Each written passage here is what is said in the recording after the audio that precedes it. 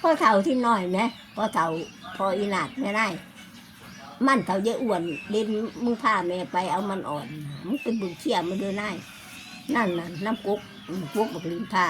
นี่เชี่ยมีแต่ห้าปูมือนี่ไปซื้อเพี้ยน90 บาทเขาบอกคุกให้มาสั่งหัวมันเต็มอยู่นั่นร้านมันมีคนกินเอามาหนึ่งกินเลยหนึ่งให้มันสุกแล้วก็กินอันแดงก็กินได้อันดิบก็กินได้บ่ต้องบอกอีนางแก้วเอามาหนึ่งกินบ่ค่อยสร้างเน่าเป็นนี่นายหักขาวพันเน่าก็มีพันสันก็มีกำลังสิขึ้นข้างพอเอาไปอันนี้เสือสะปุ่มเอามาให้ก็นั่งอยู่ในกุ๊กอันไก่กุ๊กบักตั้งดีใช่ไหมพอมึงบอกเอาไปทางกุ๊กหวาใต้ต้นวาเนี่ยบาดินมันงามปลูกมันหัวงามคืออย่าง